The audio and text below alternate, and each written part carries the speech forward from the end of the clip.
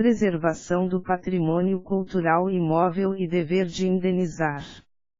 Alexandre Pasqualini. 1. Introdução. No espaço legislativo aberto pelo 1º do art. 216 da Constituição Federal, bem como pelo 1º do art. 1228 do CCV, vários diplomas foram promulgados com a declarada finalidade de promover a preservação do patrimônio cultural imóvel.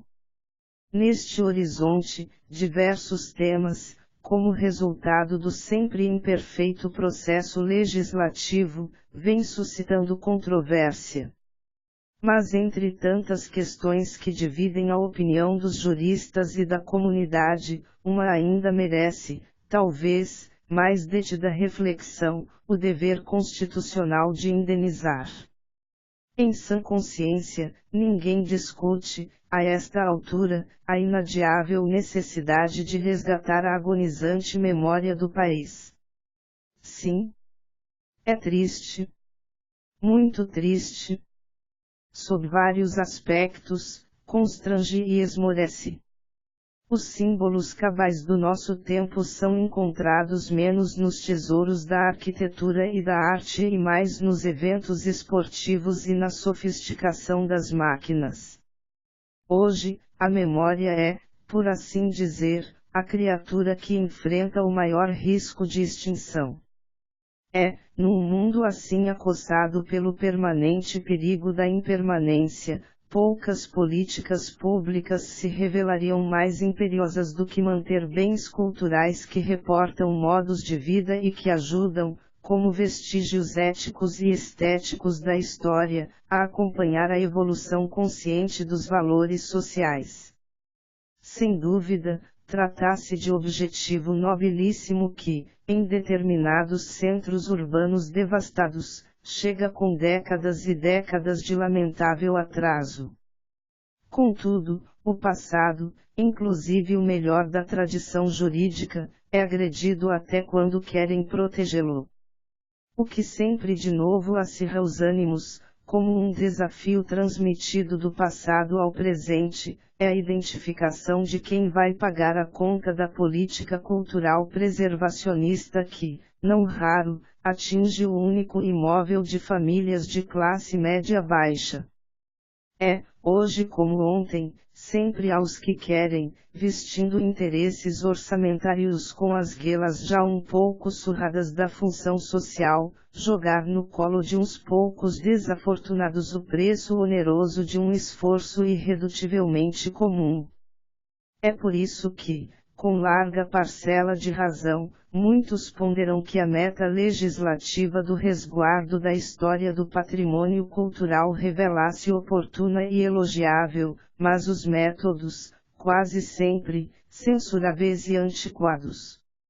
Em pleno século XXI, quando o direito administrativo reclama, nas relações com os particulares, vínculos mais de colaboração e menos de sujeição, surgem leis de salvaguarda do patrimônio histórico que ainda não perceberam, ao que tudo leva a crer, que sistemas de estímulo econômico, economic incentive systems, em determinados setores do mundo da vida, produzem resultados com maior eficácia do que as ultrapassadas regras cerceadoras. Em vez de premiar, em vez de induzir, em vez de criar soluções econômicas para a conservação sustentável do patrimônio histórico, essas leis, caracterizadas por sanções de natureza negativa, punem, oneram e até produzem efeitos confiscatórios, descomedidos, compelindo um diminuto grupo de proprietários a arcar, sozinho, com o ônus da memória cultural de suas cidades. Em um único ato, pecam, quer contra a justiça distributiva, ao atingir proprietários modestos, quer contra a justiça comutativa, ao debitar a uns poucos custo que deveria ser rateado entre todos os munícipes. O presente ensaio se insere, portanto, no contexto deste debate.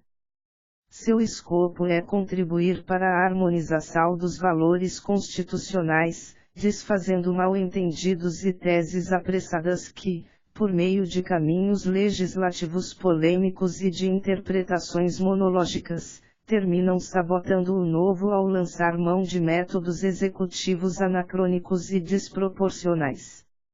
2. Garantia constitucional do direito de propriedade e dever de indenizar. A propriedade ostenta a condição de direito, cuja garantia, não só de existência, eigentum bestans garantiae, mas, também, de indenização, eigentum svet garantiae, figura em todas as constituições onde se consagra a fórmula do Estado democrático de direito.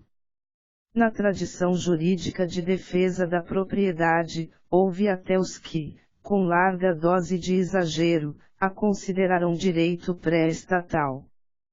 Contudo, apesar de a proteção jurídica vigente, fundada em bases deontológicas, não reconhecê-la como direito anterior ao próprio Estado, não há dúvida de que lhe concede status de autêntico direito fundamental. Com efeito, a Constituição de 1988, dando continuidade ao lúcido esforço de erigir a propriedade como o espaço da liberdade individual, Freiheitsraum, estabeleceu em favor do proprietário importante salvaguarda, quando afirmou que é garantido o direito de propriedade, inciso XX do art. 5º da CF/88. Os termos em que o direito de propriedade foi garantido foram e são notoriamente amplos. A propriedade de que cogita o texto da lei maior abarca todos os bens patrimoniais e, a um só tempo, todos os interesses que lhe são intrínsecos e correlatos. Se, no século XIX, a proteção da propriedade focava, sobretudo, o domínio de coisas, saceigentuns, hoje alcança todos os direitos de valor patrimonial do direito privado, alle privatrechtlichen Vermogenswertenrecht. A garantia da propriedade desenhada pela Constituição é, sem margem para hesitação, a mais ampla, abrangendo não só o domínio em sentido estrito, mas, também, todos os direitos patrimoniais, de modo que, havendo lesão, nenhuma parcela constitutiva do domínio pode ser alijada do resguardo constitucional. Nesse sentido, Rui Barbosa já advertira que a tradição, uma longa tradição que traz as suas raízes desde o antigo regime positivamente nos mostra que, na Carta Orgânica do país, a garantia da propriedade a encara sob sua fórmula mais lata.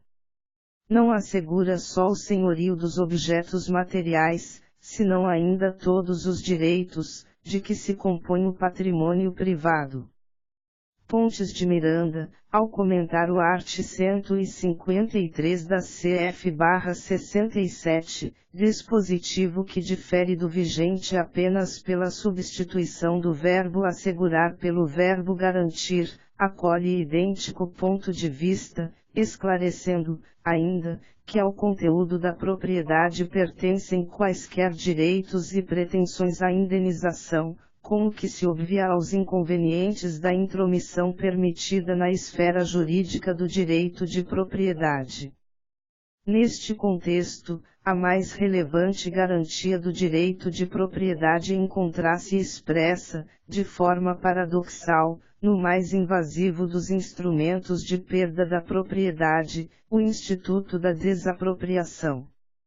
Se, por um lado, o ato expropriatório culmina com a supressão do direito de propriedade, por outro, esta subtração se condiciona ao pagamento de indenização justa, prévia e em dinheiro, incisos T do art. 5º da CF/88. Vai daí que o sistema jurídico transformou a indenização no verdadeiro núcleo duro da garantia constitucional. É por meio dela que se promove a incontornável e devida justiça compensatória, também conhecida, na linguagem de Aristóteles, como justiça corretiva ou retificadora, de Ortiot Condicaion, que repõe no patrimônio do particular o exato equivalente de tudo quanto lhe foi tomado pela compulsão estatal, aí os eminens. Fica muito claro, portanto, que a proteção à propriedade, quando as necessidades do interesse público prevalecem sobre o interesse privado, converte-se em garantia do valor da propriedade, eigentumswertgarantie, de modo que o dever de indenizar assume a exata dimensão de mínimo denominador comum do direito fundamental à propriedade. Quer dizer, quem fere o direito à indenização mata o direito à propriedade. Quando se busca localizar, no inciso XXI do art. 5º da CF/88, o núcleo normativo da sua proteção, que funciona como limite intransponível à própria limitação estatal da propriedade, chega-se ao veredicto que a indenização é este exato limite dos limites, ranking, ao qual devem obediência tanto o poder executivo como o poder legislativo. A indenização é, pois, a propriedade tomada em sua mínima e derradeira porção garantista. Sem ela, o domínio atrofia e se transforma em um direito vazio nudum aius incapaz de proteger o proprietário contra o seu mais temível esbulhador, o Estado. Certo, os meios de intromissão do poder público na órbita da propriedade privada não se restringirão tão somente à figura da desapropriação. Depois dela surgiram muitos mecanismos de ingerência, que, em ordem variável de lesividade e grau de limitação onerosa dos direitos do proprietário, vão da figura da requisição, inciso XXV do art. 5º da CF/88, até as diversas espécies de sacrifício compulsório, Aufopferungszwang, como a servidão administrativa, que, conforme a criatividade e o interesse paroquial dos legisladores, atende pelos mais variados nomes tombamento, inventário, listamento, etc. Como o direito aprende e evolui com a história, o fato é que, a pouco e pouco, tanto a Constituição como a lei, sempre obedecendo aos princípios da reserva, Vorbehoud, e da supremacia, Vorrang, legal, foram autorizando, agora também sob a vigilância do princípio da proporcionalidade, intervenções na liberdade e no patrimônio dos particulares, toda vez que o interesse público assim o justificasse. Quanto mais aguda e crescente se revelou a complexidade da vida moderna, incrementando o largo espectro das responsabilidades de coordenação estatal, tanto mais aumentou o acervo de instrumentos de incursão públicos na esfera particular. Ademais, sem tais ferramentas reguladoras, o Estado, como lembra Fritz Fleiner, não poderia cumprir o seu dever de velar pelo bem público. Várias formas de ingerência no universo da propriedade foram, ao influxo dos anos, sendo legitimadas pelo constante aperfeiçoamento do Estado de Direito. Foi com esse espírito, aliás, que o novo Código Civil, no seu primeiro do art. 1228, assentou, inspirado no inciso X do art. 5º da CF, que direito de propriedade deve ser exercido em consonância com as suas finalidades econômicas e sociais e de modo que sejam preservados, de conformidade com o estabelecido em lei especial, a flora, a fauna, as belezas naturais, o equilíbrio ecológico e o patrimônio histórico e artístico, bem como evitada a poluição do ar e das águas.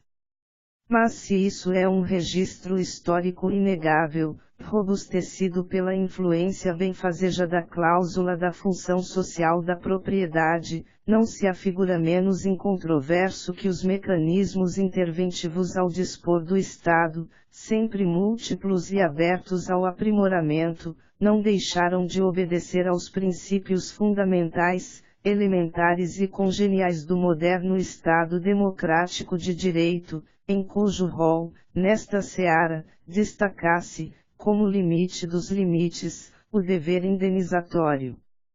Isso significa que a questão nevrálgica a ser respondida, em cada concreta compulsão invasiva, será a de saber se o Estado encontrasse, ou não, obrigado a recompor os eventuais prejuízos econômicos impostos à propriedade privada. Ora, a resposta resoluta oferecida não somente pela CF, mas, em plena sintonia, pelos direitos constitucional e administrativo, confirma, numa adequada interpretação tópico-sistemática, a prevalência do dever de indenizar, sempre que se comprovarem danos. Embora nem todas as intervenções do Estado, no âmbito da propriedade privada, possam ser enquadradas no conceito de desapropriação, nenhuma pode sobrevoar o princípio da justa indenização, se e quando promovam restrições desproporcionais ao exercício dos direitos intrínsecos ao domínio.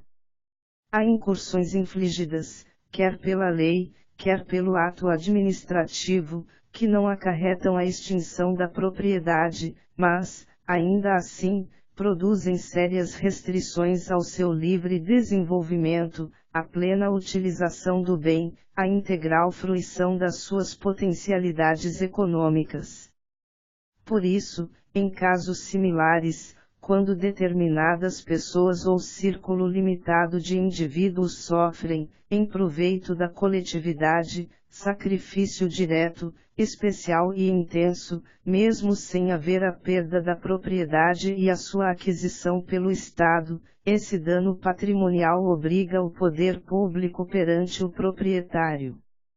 É possível que, em homenagem a certa finalidade de interesse público, o Estado, PS, imponha sacrifício compulsório a um cidadão, criando ônus que redunde em depreciação do valor de mercado de seu imóvel, ao passo que outros proprietários, titulares de residências circunvizinhas não atingidas, permanecem imunes e indenizam o impacto da específica e delimitada desvalorização imobiliária provocada pelo ônus imposto pelo poder público.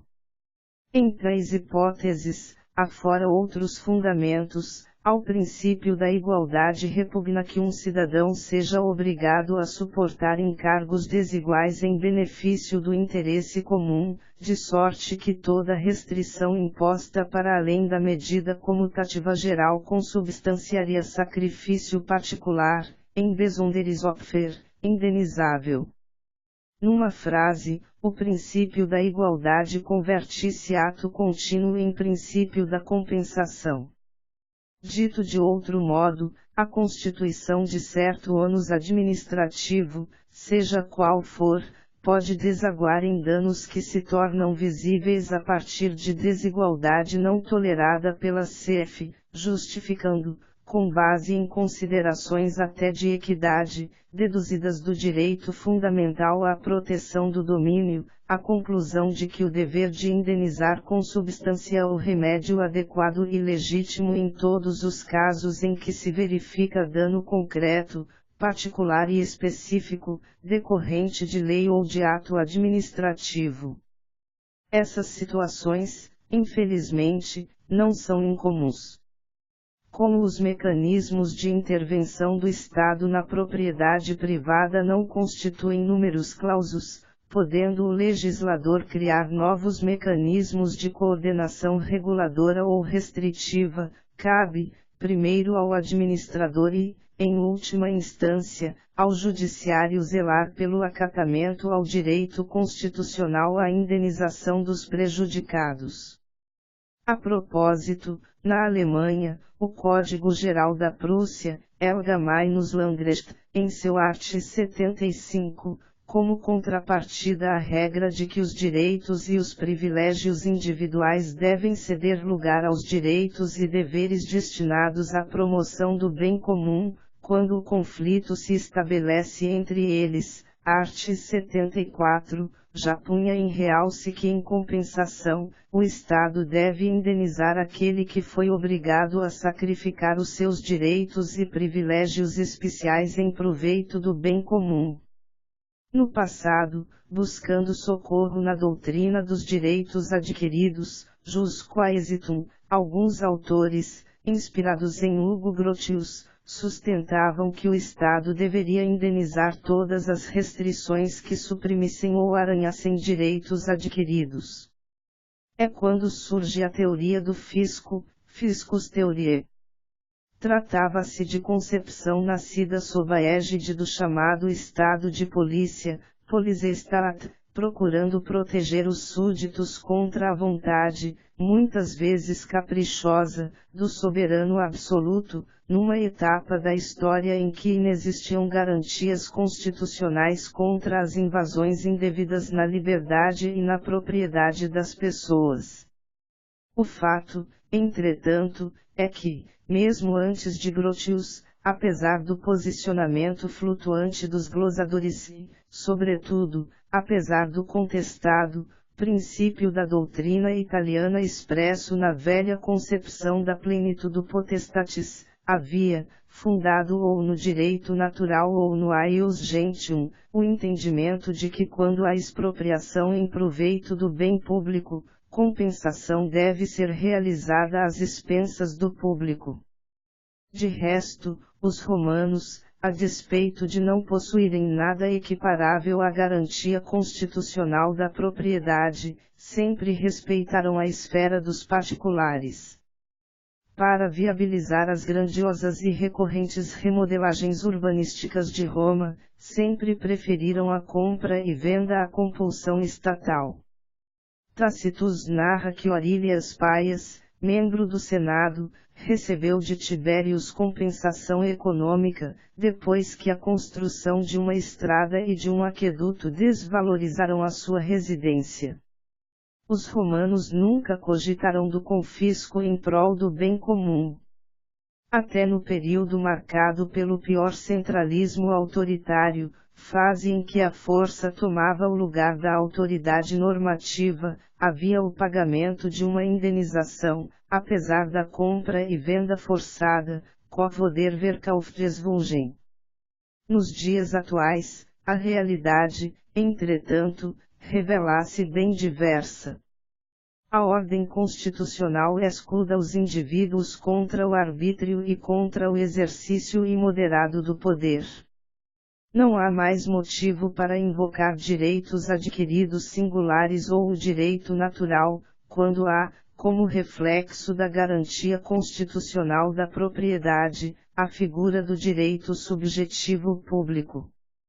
A questão já não se situa somente no plano da lei, mas, subindo de nível, no patamar superior da Constituição, a cuja força hierárquica todos se submetem, sem exceções. Se o dever de indenizar, em caso de ingerência do Estado, fosse relegado à discrição do legislador ordinário, a garantia constitucional, que, como limite dos limites, assegura indenização compensatória equivalente ao montante do prejuízo econômico do proprietário, seria letra morta. Bastaria, como se vê em muitas legislações atuais, ou omitir a questão da indenização ou discipliná-la de modo parcial, para que as emissões estatais na propriedade se proliferassem ao arrepio da Constituição e em violento confisco dos proprietários. Hoje, a obrigação de indenizar, muito mais que mero corolário, representa, acima de tudo, o núcleo essencial da garantia da propriedade.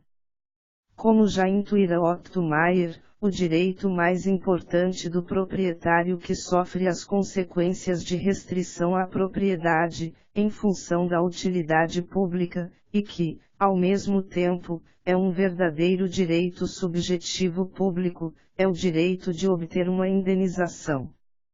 Vale dizer, se o legislador ordinário, a, ou não previu qualquer forma de justiça compensatória, b, ou a disciplinou de maneira insuficiente, as regras constitucionais sobre o direito à indenização, quer colmatando lacuna, quer corrigindo distorções, têm aplicação imediata por força do 1º do art. 5º da CF, garantindo, sem espaço para titubeios, completo reembolso dos prejuízos em favor do proprietário lesado.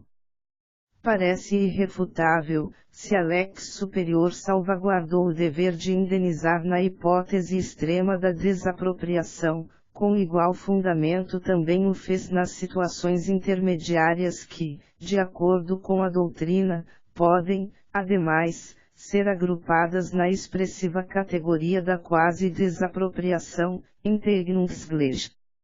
É bom recordar que a figura da quase desapropriação designa toda medida interventiva do poder público na esfera da propriedade privada que, embora não a arrebate, gera, pela imposição de ônus reais ou meramente administrativos, a sacrifícios especiais, Sonderopferabverlangen, b. com caráter direto, Unmittelbarkeit besitzen, e, c. suficiente intensidade, Hinreichende Intensität, que, na ausência da justa indenização, incorreriam na inconstitucionalidade do confisco.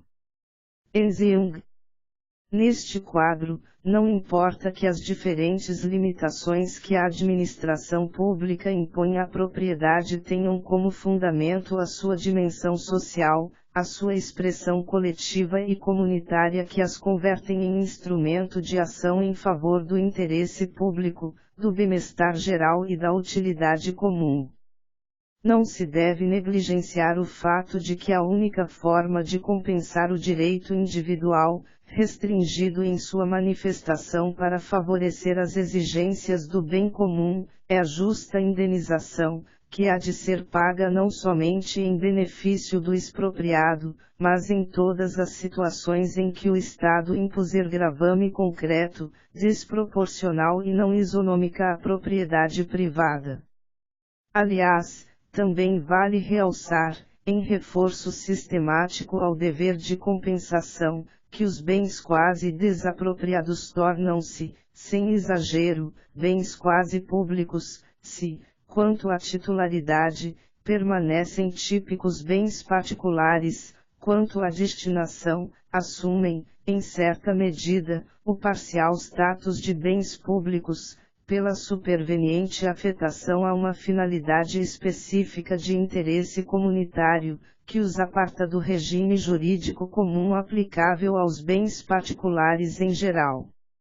No caso de bens tombados, listados, inventariados, etc., essa natureza bifronte, simultaneamente, pública com a imposição de normas conformadoras especiais e privada com a manutenção da detença privada se afigura para lá de evidente.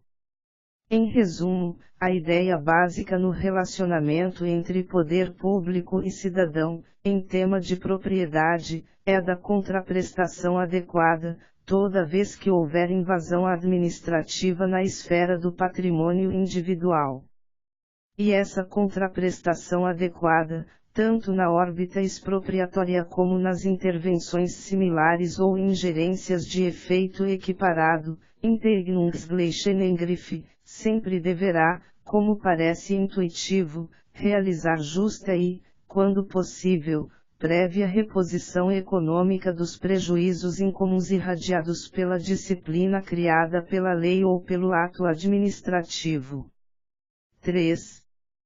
Preservação do patrimônio cultural e indenização. Fixadas essas balizas constitucionais e doutrinárias, chegou o momento de confrontá-las com a realidade dos meios de preservação do patrimônio cultural.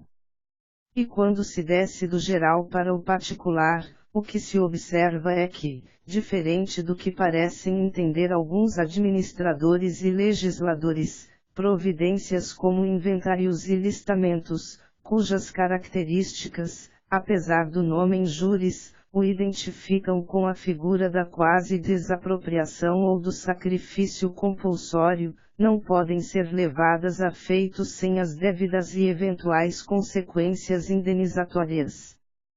de tudo quanto se recolheu das manifestações doutrinárias. Este tipo de intervenção, embora não se confunda com a desapropriação, tem como resultado, às vezes, a ruína de vasta parcela da disponibilidade econômica do imóvel.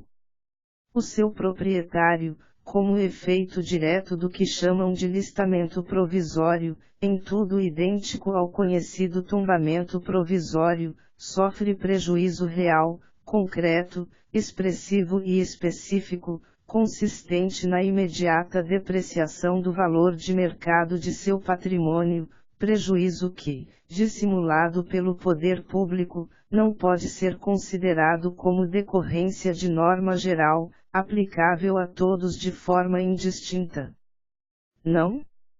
Bem ao contrário, cuida-se de determinação especial, que atinge tão somente a um restrito conjunto de proprietários, compelido pelo poder público a arcar, sozinho, com ônus, preservação do patrimônio histórico, que deveria, de maneira comutativa, ser suportado por todos e cada um dos munícipes.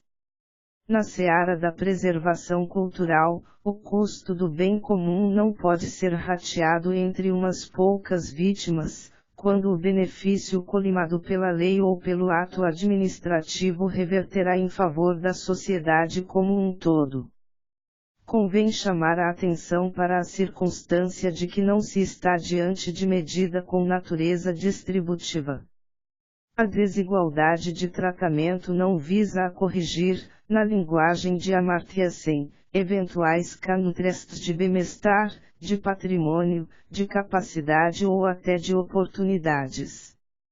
Os fins últimos do inventário ou do listamento, sem volver a atenção para os problemas de cunho social, não se afinam com os mecanismos da justiça distributiva, em que pesos distintos poderiam ser manejados para aquilatar direitos e obrigações. O alvo desses mecanismos de intervenção na propriedade não tem em mira desbastar censuráveis desequilíbrios econômicos, mas, tão somente, proteger a memória histórica da cidade, onde o crivo do ônus administrativo, sem atentar para o bolso do proprietário, fita apenas as características arquitetônicas dos imóveis listados ou inventariados. Em tais situações, o que é necessário para conduzir e realizar uma investigação frutífera é um método que proceda com base nas inter-relações das ações observáveis e de seus resultados. Aqui, propriedades com metragem e localização idênticas passam, do dia para a noite, a receber estimativas de valor totalmente diversas, pela única e invasiva circunstância de que os bens assim desvalorizados foram incluídos pelo poder público no rol dos bens listados, inventariados, etc. Muitos negócios, aliás, cujo árduo esforço de harmonização dos interesses patrimoniais já se achava, talvez, adiantado, podem, no meio do caminho, ter sido completamente sepultados pela desafortunada superveniência dessas medidas restritivas. Não é preciso salientar que, no atual mercado imobiliário, as áreas urbanas remanescentes são disputadas pelos investidores não pelas suas benfeitorias, mas, sim, antes e acima de tudo, pelos M2, metros quadrados, que, depois de demolidas, podem ser edificados. Mas como, no caso desses imóveis listados, o saldo do potencial construtivo, em estridente contraste entre a situação jurídica de ontem e a de hoje, fica reduzido a uma fração da fração original, esses imóveis, pura e simplesmente, são, no cotejo com as cartas mais valorizadas do baralho imobiliário, rebaixados à condição de um aviltado 2 de paus. Mas isso não é tudo. No que diz respeito ao dever de indenizar, nenhuma relevância tem o inocente nomen juris atribuído, de maneira inventiva e sinuosa, pelo legislador infraconstitucional. qualificado de mero listamento ou simples inventário, trata-se, no fundo, de ingerência administrativa na esfera do direito de propriedade e, por isso, submetida, igualmente, à salvaguarda do princípio da justiça compensatória, quando houver dano desproporcional. Apesar do orwelliano disfarce da novilíngua, newspeak, não é difícil perceber que se está diante da velilíngua do sacrifício compulsório e, portanto, diante de uma espécie do gênero quase desapropriação. Como se sabe, toda a etiqueta urdida para encobrir a realidade atrás de um nome vazio acaba, mais tarde ou mais cedo, desmascarada. As expressões jurídicas, apesar das reiteradas tentativas de frustrar os cânones ungidos pela tradição, terminam tendo de se haver com as suas consequências no mundo da vida. Assim como a sombra não é o próprio corpo, mas a luz sobre ele projetada, também o nome em juris não se confunde com o conteúdo do fenômeno jurídico, mas, não raro, apenas com o resultado fortuito e interessado das elucubrações nominalistas. Não é somente o intérprete. Não? Também o legislador força as palavras a trabalharem hora de mais, hora de menos. Anêmicas ou hipertrofiadas, convém ter sempre cautela. Palavras, vez por outra, escondem palavras.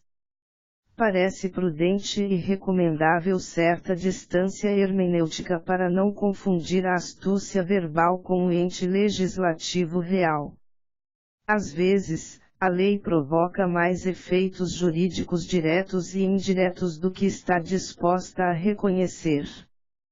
Por isso, para encontrar a realidade vivida, é preciso ouvir a voz dos feridos e dar a palavra aos efeitos jurídicos concretos, maltratados, ali e acolá, pelas paixões e pela retórica evasiva. Quando se pesam os efeitos jurídicos concretos irradiados pelos ditos listamentos ou inventários, depara-se com um esquematismo abstrato em que a expressão verbal fugidia valeu mais do que o esforço de retratar as suas reais consequências. Contudo, de nada adianta, para servir a matemática financeira das conveniências orçamentárias, escamotear os seus duros efeitos restritivos, inventando novos nomes para designar velhas causas. O olhar tópico sistemático do direito e da garantia constitucional da propriedade atravessa o tecido necrosado da linguagem e, sempre atento à substância, expõe, camada por camada, a tentativa vã de fugir do dever de indenizar, rebatizando conceitos e categorias há muito consagrados. Como diria Whitman, disfarces não passam adiante, disfarces não se escondem da vida e, pior, acabam, complementaria Blackstone, expondo os operários rudes e inexperientes que se aventuraram a vestir velhas figuras jurídicas com nova roupagem. Para além do nome, incapaz de definir a essência do que quer que seja, o único divisor de águas confiável em matéria de intervenção estatal na propriedade é, caso a caso, a objetiva pesquisa fática dos eventuais danos responsáveis pela quebra da igualdade de todos perante o poder público. É preciso expor as ferramentas legislativas à inspeção, da mesma forma como os especialistas abrem a maleta de truques dos mágicos. E o meio mais seguro de se premunir contra os moedeiros falsos ainda continua sendo a velha arte empírica de atentar para a coisa, mergulhando-a, sem assodamento, no ácido do fato conhecido e comprovável. A rigor, o sistema jurídico e os padrões éticos replicam, no plano do convívio humano, os mecanismos de homeostasia comuns no mundo biológico. A função das regras, dos princípios e dos valores jurídicos, semelhante ao que se observa nos organismos vivos, é conquistar e manter um equilíbrio dinâmico capaz de propiciar bem-estar e paz sociais compatíveis com a preservação da vida. Quando se fala de garantia constitucional da propriedade e das intervenções restritivas, o princípio regulador desse equilíbrio é, acima de todos, o da igualdade. Assim, toda vez que o Estado, por meio de intervenções restritivas desproporcionais, desequilibra a igualdade de todos perante as cargas e os encargos públicos, égalité devant les charges publiques ou l'Astengleichheit, criando disparidades de tratamento entre os cidadãos, comparece o dever de indenizar como o mecanismo restaurador homeodinâmico da isonomia. Leis e atos administrativos produzem efeitos jurídicos, positivos ou negativos, gerais ou particulares. Às vezes, o público aquinhoado com as consequências positivas não guarda perfeita identidade e simetria com o que suporta os efeitos negativos. Por isso, aqueles afetados, direta e intensamente, pelo desigual descasamento entre ônus e bônus, formam um grupo credor de reparação compensatória isonômica. Quando os benefícios, externalidades positivas, são gerais e comutativos, mas os ônus, externalidades negativas, particulares e geométricos, há o dever de indenizar as vítimas sobrecarregadas. Assim, lembrando o lúcido e precursor ensinamento da tradição, a lei, em princípio, pode, sine compensatione privatorum, limitar direitos generaliter, mas quando restringe particulariter aliquid subdito, torna-se indispensável, então, que o faça cum recompensatione. Nas palavras certeiras de Canotilho, 1. Os encargos públicos, impostos, restrições ao direito de propriedade, devem ser repartidos de forma igual pelos cidadãos. 2. No caso de existir um sacrifício especial de um indivíduo ou grupo de indivíduos justificado por razões de interesse público, deverá reconhecer-se uma indenização ou compensação aos indivíduos particularmente sacrificados. É por isso que, ao fim e ao cabo, a consciência jurídica e histórica do Estado democrático de direito só conhece, do ponto de vista das garantias constitucionais, inciso XX e do art. 5º da CF, duas grandes modalidades de intervenção na propriedade. A que produz sacrifício desproporcional, dano especial, direto e intenso. B. E a que não o produz. A primeira, reunindo intromissões onerosas como desapropriação, requisição, sacrifício compulsório, servidão administrativa, tombamento, listamento, inventário, etc., reclama, quando provoca dano desmesurado, o pagamento de justa compensação em dinheiro.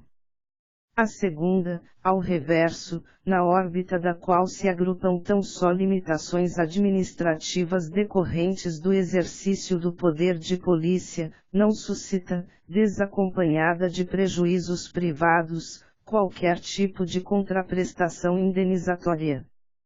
Como o talvegue de um rio que, nítido embora invisível, corre sob as águas de dois países, demarcando o limite entre soberanias. A presença de danos individuais e descomedidos delineia o limite jurídico básico, dissimulado conquanto doloroso, entre os meios de interferência na propriedade privada. Enquanto nas intervenções indenizáveis verificam-se regras que promovem a ablação, total ou parcial, dos direitos enfeixados no domínio, nas intervenções não indenizáveis, ao contrário, positivadas por meio de providências, legais ou administrativas, dotadas de abstração e generalidade, observa-se apenas a intenção de estabelecer parâmetros de caráter conformativo restritivo, in Hauptsundrankeinvestingungen, destinados a regular o exercício conjunto dos direitos de propriedade, ps. Plano diretor. Lá, a intromissão atinge proprietários isolados e específicos, aqui, proprietários genéricos e não identificados. Ora, propriedade, hoje, é garantia de valor. Para a maioria das pessoas e famílias, o imóvel representa uma vida inteira, e até gerações e gerações, de economia, poupança e renúncia. Destarte, ainda quando se configurassem os pressupostos de fundo para a preservação do patrimônio cultural, não se deve perder de vista que, mesmo assim, essa finalidade de interesse comum jamais poderia ser obtida ao preço do sacrifício imoderado dos direitos de alguns isolados proprietários. Não há mais espaço para o retorno à tentativa adolescente de proteger destruindo, mutilando, prejudicando. O Estado não pode se comportar no território dos direitos do proprietário como o vândalo na esfera do patrimônio cultural imóvel. Muitos olvidam que, no direito de propriedade, desde o seu âmago, existe um núcleo constitutivo, a um só tempo, público e privado, individual e social. Por isso, a, direito à indenização e, b, preservação do patrimônio cultural são, no fim das contas, ângulos concêntricos de um único prisma axiológico. Os dois buscam proteger o patrimônio contra a destruição, ali com foco individual econômico, aqui com ênfase social-cultural. O do indenização/preservação cultural tem no combate ao desvalor da destruição o mediais bonum, bem maior, de seus respectivos bens. A justiça compensatória atua como anteparo contra a destruição econômica da propriedade. Já os meios administrativos de proteção do patrimônio imóvel resguardam a cultura contra a destruição de seus vestígios humanos nas coisas. Trata-se de caminhos que confluem para um mesmo e único destino no plano das escolhas fundamentais. Convém lembrar que os sistemas de valores, inclusive os de natureza jurídica, costumam partir da hierarquização de certas metas finalísticas. Mas, às vezes, esses nortes axiológicos se definem, acima de tudo, em antagonismo com o desvalor que pretendem erradicar. No caso da garantia da propriedade, a destruição é o exato desvalor contra o qual, juntos e em aliança homoteleológica, a, direito à indenização e, b, preservação do patrimônio cultural se opõem, com idêntica força normativa, tanto econômica como culturalmente. Há, entre ambos, nítida finalidade comum que, nenhum, nem outro deve, nesse contexto tópico sistemático, desmentir em suas mútuas relações e nos seus delimitados campos de ingerência. O direito jamais pode ser usado para profanar o direito. Seria algo tão absurdo quanto usar uma mão para flagelar a outra.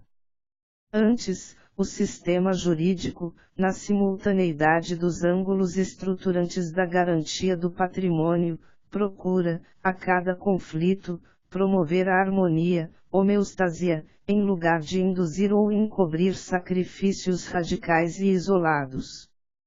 Por esse motivo, nenhuma medida de resguardo do patrimônio imóvel urbanístico, seja qual for o nomen iuris, pode, sob pena de desproporcionalidade, cometer a crassa contradição teleológica de desmentir a sua finalidade no plano indenizatório para, supostamente, realizá-la na seara cultural. O desvalor da destruição, assentado como alvo comum pelo constituinte originário, há de ser coibido tanto lá como cá. A estratégia de sublimar, neste passo, o austero exame dos efeitos colaterais, externalidades negativas, não perde nada, exceto o essencial. Esquece que o raciocínio sensível às consequências é necessário para uma compreensão adequadamente ampla da ideia de responsabilidade. Se antes do dito listamento EILI, o potencial construtivo original do imóvel era X, não pode a lei, tampouco a administração, cometendo confisco, limitar a compensação indenizatória a um montante inferior. Se antes do sacrifício compulsório, uma autêntica quase desapropriação, o proprietário poderia, ps. edificar 5.000 m2, 5.000 metros quadrados, no seu imóvel, não há como o município, sem flagrante agressão à lei maior, limitar a justiça compensatória a somente 50% do dano, 2.500 m2, ou, menos ainda, negar, se que simpliciter, o pagamento de qualquer tipo de indenização fora dessa hipótese. Uma vez que há dano, não existe como tangenciar o dever de reembolso do prejuízo certo, direto, injusto e desproporcional, consistente, a, na flagrante desvalorização do imóvel, bem como, b, na inviabilidade de integral exploração de seus espaços físico e aéreo. E para aferir esse prejuízo, basta ao intérprete prestar atenção à perniciosa desigualdade de tratamento dispensada a imóveis com localização e metragem semelhantes. É que as regras edilícias, em odioso contraste, asseguram a proprietários lindeiros não atingidos pela medida restritiva um potencial construtivo muito maior. Como bem advertiu Paulo Afonso Machado Leme, devemos distinguir dois casos, quando a propriedade está inserida num contexto de outros bens vinculados ou limitados, quando a propriedade é escolhida individualmente para ser vinculada, não havendo mais bens a serem preservados na vizinhança ou os bens existentes na vizinhança estão sujeitos a outro regime jurídico. Nesta segunda hipótese descrita com acuidade por Machado Leme, hipótese que se confunde com a figura dos bens quase expropriados e que, por sua vez, ajuda a povoar a categoria dos bens quase públicos, os imóveis eleitos pela conservação cultural são segregados do horizonte das regras edilícias comuns por um regime jurídico especial e, como tais limitações não reúnem os caracteres de generalidade, reputam-se verdadeiras servidões, e, então, por regra, se tornam indenizáveis.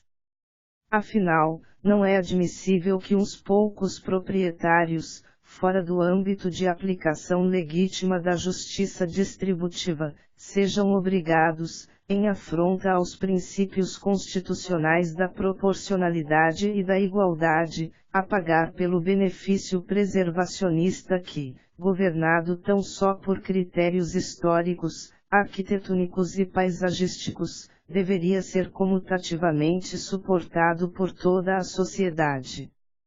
Ora, só não vê quem não quer. Em 3 casos, o princípio da igualdade foi violado e, nesta medida, converti-se ato contínuo em incontornável princípio da compensação. 4. Conclusões. Deste breve conjunto de ideias, 10 conclusões, à guisa de síntese, podem, sem intenção de esgotar o tema, ser extraídas. Primeira, a propriedade ostenta a condição de direito, cuja garantia não é só de existência, eigentum bestans garantie, mas, também, de indenização, eigentums vertgaratie. Segunda, os termos em que o direito de propriedade foi garantido foram e são notoriamente amplos. A propriedade de que cogita o texto da lei maior abarca todos os bens patrimoniais e, a um só tempo, todos os interesses que lhe são intrínsecos e correlatos. Terceira, a indenização, quando se trata de intervenção do Estado na esfera do direito de propriedade, atua como limite dos limites, ranking, ao qual devem obediência tanto o poder executivo como o poder legislativo. A indenização é, pois, a propriedade tomada na sua mínima e derradeira porção garantista. Sem ela, o domínio atrofia e se transforma em um direito vazio, um nudum aius incapaz de proteger o proprietário contra o seu mais temível esbulhador, o Estado. Quarta, embora nem todas as intervenções do Estado, no âmbito da propriedade privada, possam ser enquadradas no conceito de desapropriação, todas devem acatar o princípio da justa indenização, se e quando promovam danos ou restrições desproporcionais ao exercício do direito de propriedade. Quinta, se a lex superior salvaguardou o dever de indenizar na hipótese extrema da desapropriação, com igual fundamento também o fez nas situações intermediárias que, de acordo com a doutrina, podem, ademais, ser agrupadas na expressiva categoria da quase desapropriação, Integnungsgleich. Sexta, quase desapropriação designa toda medida interventiva do poder público na esfera da propriedade privada que, embora não a arrebate, gera, pela imposição de ônus reais ou meramente administrativos, a, sacrifícios especiais, b, com caráter direto e suficiente intensidade, que, na ausência da justa indenização, incorreriam na inconstitucionalidade do confisco.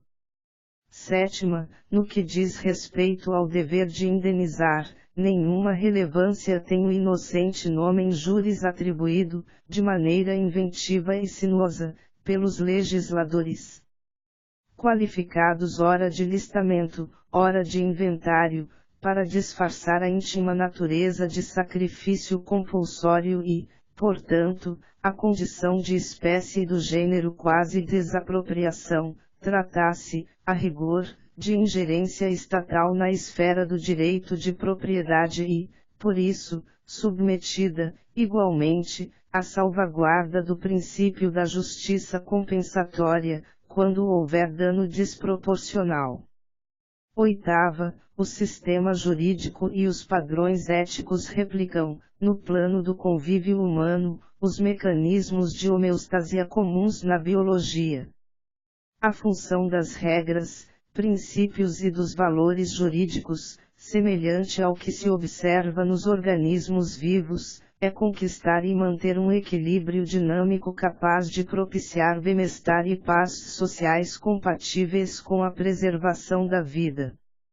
Quando se fala de garantia constitucional da propriedade, o princípio regulador desse equilíbrio é, acima de todos, o da igualdade. Assim, toda vez que o Estado, por meio de intervenções restritivas desproporcionais, desequilibra a igualdade de todos perante a administração pública, comparece o dever de indenizar como o mecanismo restaurador homeodinâmico da isonomia. Nona, a, direito à indenização e, b, preservação do patrimônio cultural são, no fim das contas, ângulos concêntricos de um único prisma axiológico. Os dois buscam proteger o patrimônio contra a destruição, ali com foco individual econômico, aqui com ênfase social-cultural. Trata-se de caminhos que, por conseguinte, confluem para um mesmo e único destino no plano dos valores fundamentais. Convém lembrar que os sistemas de valores, inclusive os de natureza jurídica, costumam partir da hierarquização de certas metas finalísticas. Mas, às vezes, esses nortes axiológicos se definem, acima de tudo, em antagonismo com o desvalor que pretendem erradicar. No caso da garantia da propriedade, a destruição é o exato desvalor contra o qual, juntos e em aliança homoteleológica, a, direito à indenização e, b, preservação do patrimônio cultural se opõem, com idêntica força normativa, tanto econômica como culturalmente. Por esse motivo, nenhuma medida de resguardo do patrimônio imóvel urbanístico, seja qual for o nomen iuris, pode, sob pena de desproporcionalidade, cometer a crassa contradição teleológica de desmentir a sua finalidade no plano indenizatório para, supostamente, realizá-la na seara cultural. O desvalor da destruição, assentado como alvo comum pelo constituinte originário, há de ser coibido tanto lá como cá. 10ª, leis e atos administrativos normativos produzem efeitos jurídicos, positivos ou negativos, gerais ou particulares. Às vezes, o público aquinhoado com as consequências positivas não guarda perfeita identidade e simetria com o que suporta os efeitos negativos. Por isso, aqueles afetados, direta e intensamente, pelo desigual descasamento entre ônus e bônus, formam um grupo credor de reparação compensatória isonômica.